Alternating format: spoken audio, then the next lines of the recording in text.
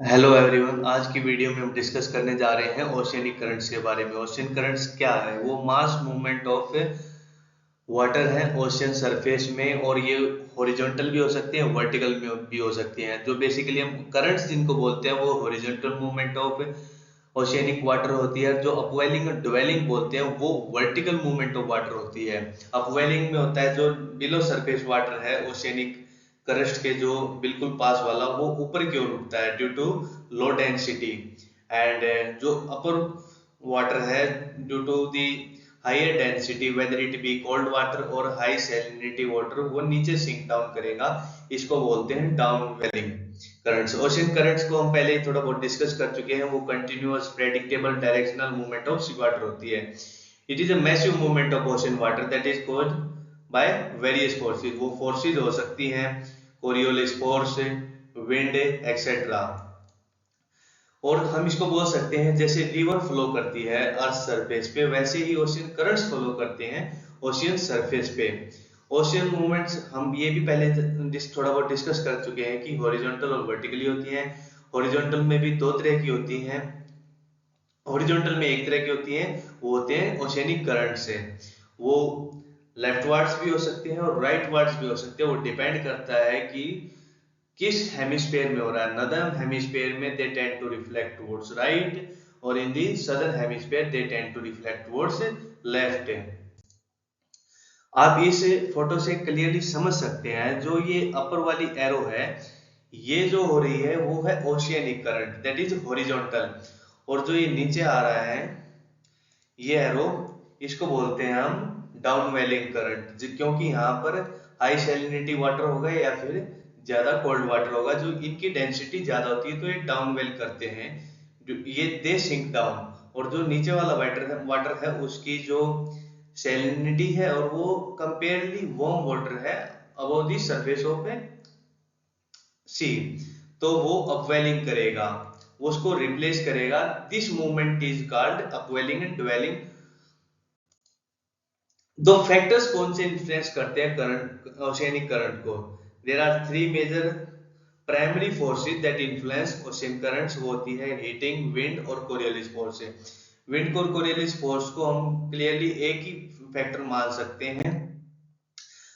Then come to the secondary forces. Secondary forces beside heating, wind or coriolis, they are the density, temperature of the water.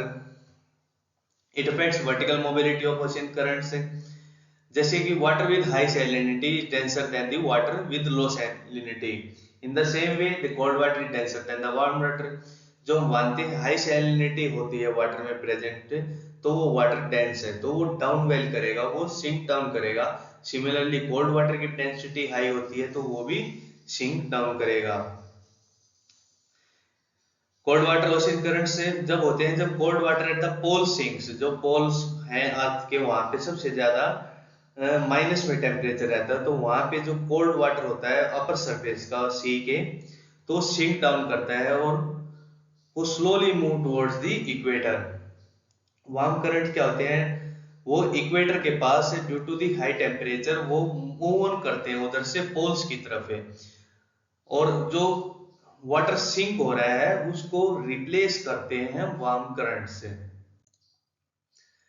तो कितनी तरह के ocean currents होते हैं? There are surface ocean currents और deep water currents है। Surface water currents के बारे में ही ज्यादातर एग्जाम्स में पूछा जाता है, और ये ज्यादातर इन्फ्लुएंस होते हैं ग्लोबल विंड सिस्टम्स के उससे और अर्थ की रोटेशन से। अर्थ की रोटेशन से डेवलप होती है कोरियोलिस फोर्स। और जो सरफेस वाटर करंट्स है उनमें काफी ज्यादा रोल रहता है हीटिंग का। The energy we get from the sun. जो ये करंट है वो एनर्जी, वो हीट ट्रांसफर ट्रॉपिक से पोलर रीजन की तरफ लेके जाते हैं वार्म करंट्स को, और रिप्लेस करते हैं उधर के कोल्ड वाटर को, और इसी से ग्लोबल क्लाइमेट इन्फ्लुएंस होता है। और ये total mass movement of oceanic currents का ओनली 10% है। जो डीप वाटर करंट है वो वेर उसका 90% रोल रहता है ओशियनिक वाटर के मूवमेंट में। Deep water currents then again upwelling and dwelling, और वो इन्फ्लुएंस होते हैं, हमने पहले ही पढ़ा है कि डेंसिटी और टेम्परेचर से। और इन्हीं को हम थर्मोहेलाइन सर्कुलेशन भी बोल सकते हैं। ओशन करंट्स को टेम्परेचर के बेस पे भी हम डिफाइन करने जा रहे हैं, जैसे कि कोल्ड करंट्स और वार्म करंट्स। कोल्ड करंट्स क्या होते हैं, वो कोल्ड वाटर लेकर आते हैं वार्म वाटर एरियाज की तरफ है। और जो ये होते हैं, जो ये इनकी एक बेसिक सी पहचान होती है कि जो ये कॉन्टिनेंट्स होते हैं हमारे, उनकी जो ये वेस्टर्न कोस्ट लाइन होती है, उन्हीं के आसपास कोल्ड करंट्स पाए जा सकते हैं। अगर आपसे एग्जाम में पूछा जाए और आपको कहीं थोड़ा सा आइडिया मिल जाए, जैसे अलास्का है, अलास्का हमारा जो वेस्टर्न कोस्ट लाइन पे है नॉर्थ अमेरिका के, तो अलास्का अगर आपको पता भी नहीं है कि वो अलास्कन करंट वो वार्म वाटर करंट है या फिर कोल्ड वाटर करंट है, तो आप उसको बेसिकली आंख बंद करके कह सकते हैं कि वो कोल्ड करंट है। क्योंकि एक सिंपल सा रूल लागू होता है इधर कि जो वेस्टर्न कोस्ट लाइन के करंट्स है वो मेजरली कोल्ड वाटर करंट्स हैं, और वो दोनों हेमिस्फीयर में करेक्ट रहता है। और whereas on the eastern coast in the northern hemisphere there are also cold currents. Warm currents कौन से होते हैं, जो वार्म वाटर लेके आते हैं कोल्डर वाटर एरियाज की तरफ है, वो इक्वेटर से चल के पोल्स की तरफ जाते हैं इन बोथ दी हेमिस्फीयर से, और वो ईस्ट कोस्ट पे ऑब्जर्व किए जा सकते हैं। जैसे कि ऊपर आपको टेक्निक बताई गई अलास्का वाली की तरह है। सिमिलरली ब्राजील जो है हमारा, वो साउथ अमेरिका में ईस्टर्न कोस्ट लाइन पे लाई करता है। तो ईस्टर्न कोस्ट लाइन पे अभी हमने पढ़ा है कि वार्म करंट्स होते हैं, ईस्टर्न कोस्ट लाइन पे वार्म करंट होते हैं। तो आप इसे ब्राजीलियन करंट आपसे पूछा जाए तो वो आप सिंपली बता सकते हैं कि वो कौन सा करंट है, वो वार्म करंट है या कोल्ड करंट है। Brazilian current is a warm current है।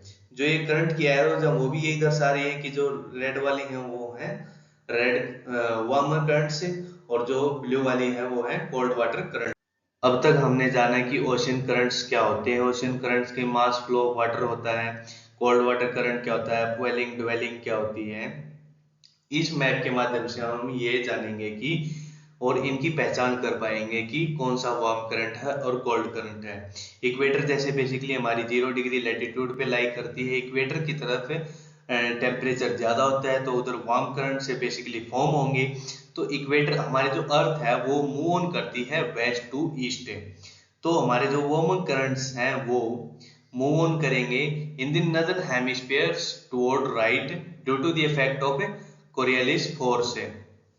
कोरियलिस फोर्स को हम कभी नेक्स्ट वीडियो में पढ़ेंगे कि कोरियलिस फोर्स क्या होती है। कोरियलिस फोर्स भी एक इम्पोर्टेंट टॉपिक है for the aspirants of government exam.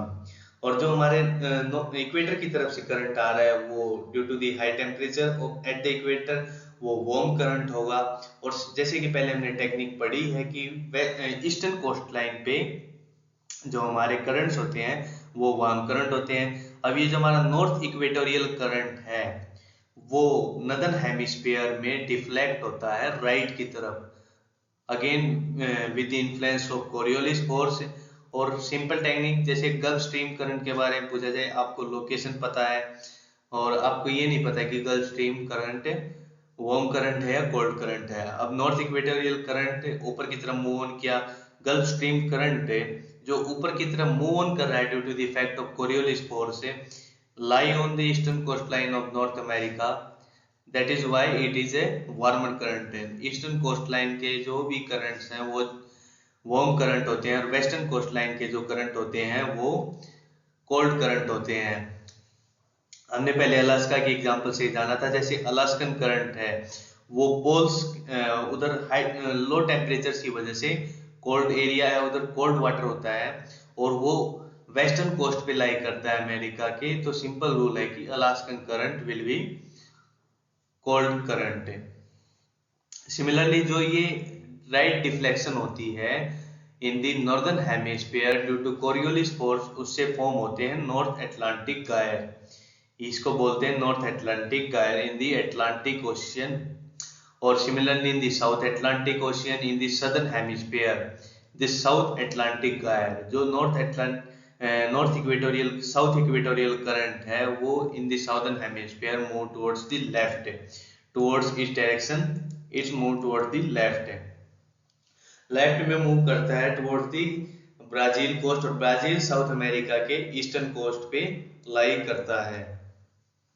Eastern coast पे हमने पहले भी जाना है कि ईस्टर्न कोस्ट पे वार्म करंट होते हैं। साउथ इक्वेटोरियल करंट अब लेफ्ट में डिफ्लेक्ट होके ब्राजीलियन करंट कहलाया और वो ईस्टर्न कोस्ट लाइन पे भी है, तो वो वार्म करंट है। सिमिलरली जो पेरू करंट है वो वेस्टर्न कोस्ट लाइन पे है साउथ अमेरिका की और नीचे से आ रहा है, तो वो कोल्ड करंट है, पेरुवियन कोल्ड करंट है।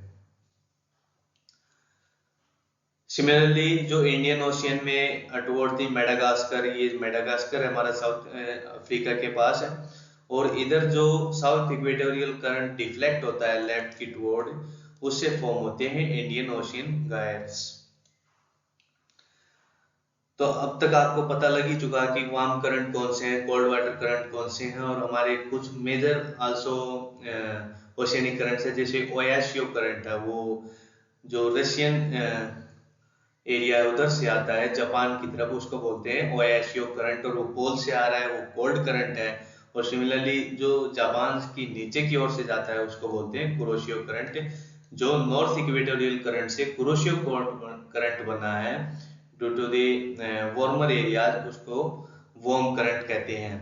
सिमिलरली ऑस्ट्रेलिया के उधर भी फॉर्म होते हैं वार्म करंट्स और cold currents. West Australian current is a cold current और East Australian current is a warmer current. जो हमारे मेजर ओशियन करंट्स होते हैं वो डायरेक्टली इन्फ्लुएंस होते हैं प्रिवेलिंग विंड्स और कोरियोलिस फोर्स के बारे में। कोरियोलिस फोर्स को हम थोड़ा बहुत इसे मैप से समझ ही सकते हैं कि जैसे हमारी अर्थ की डायरेक्शन है वो वेस्ट टू ईस्ट है, और जब मूव ऑन करती है इन दी क्लॉकवाइज डायरेक्शन, और आपने फोर्स और वेलोसिटी ये चैप्टर तो पढ़े ही होंगे पहले, तो उनसे जो direction of the wind change होती है वो टुवर्ड्स द राइट जाती है नॉर्दर्न हेमिस्फीयर में। इसका जस्ट अपोजिट होती है साउथ में, जो टुवर्ड्स द लेफ्ट जाती है, क्योंकि मूवमेंट इधर है ना करंट की, और तो इसका जो लेफ्ट है वो इधर होगा, और सिमिलरली उसका जो राइट है वो टुवर्ड्स नॉर्दर्न हेमिस्फीयर में राइट की तरफ होगा। Due to the Coriolis form, the warm currents from low latitudes tend to move to the right in the northern hemisphere और लेफ्ट में इन दी southern hemisphere। जो ओशियनिक सर्कुलर होती है वो हीट ट्रांसफर करती है फ्रॉम वन लैटिट्यूड, ये हमारी लैटिट्यूड्स हैं, ये इधर 0 डिग्री लैटिट्यूड है, इधर मान लो 10 डिग्री लैटिट्यूड है, इधर 20 डिग्री लैटिट्यूड है। तो हमारी जो 0 लैटिट्यूड है वो लोअर लैटिट्यूड है, इधर से जो हमारे वार्म करंट्स है वो मूव ऑन करते हैं from one belt to another. पहले वो 10 डिग्री की तरफ जाएंगे, फिर वो 20 डिग्री की तरफ जाएंगे, ऐसे होता है। फॉर एग्जांपल कोल्ड वाटर होता है आर्कटिक और एंटार्क्टिक सर्कल्स के, वो वार्म वाटर की तरफ जाते हैं। जैसे इधर पोल्स हैं हमारे, नॉर्थ पोल, साउथ पोल, इधर से जो कोल्ड वाटर है वो मूव ऑन करेंगे इक्वेटर की तरफ, तो वो कोल्ड वाटर हुए। और इक्वेटर के जो दोनों साइड का एरिया होता है वो है टुवर्ड्स आई थिंक 30 डिग्रीज, वो होता है ट्रॉपिकल जोन और इक्वेटोरियल रीजन से। और जो उधर वाटर मूव ऑन कर रहा है वो रिप्लेस करता है वार्म वाटर को, जो वार्म वाटर अपवर्ड मूव कर रहा है बोथ द हेमिस्फीयर, वो रिप्लेस करता है कोल्ड वाटर को, जिससे हमारे क्लाइमेट चेंज होते हैं। ये जो again same map with more colours, जिसे आप याद कर सकते हो कि हमारे कौन कौन से करंट होते हैं और कौन कौन से हमारे कोल्ड करंट है और वार्म करंट है। आई होप आपको ये वीडियो अच्छी लगी होगी। अगर आपको वीडियो अच्छी लगी है, कुछ समझ में आया है, तो चैनल को सब्सक्राइब अवश्य करें।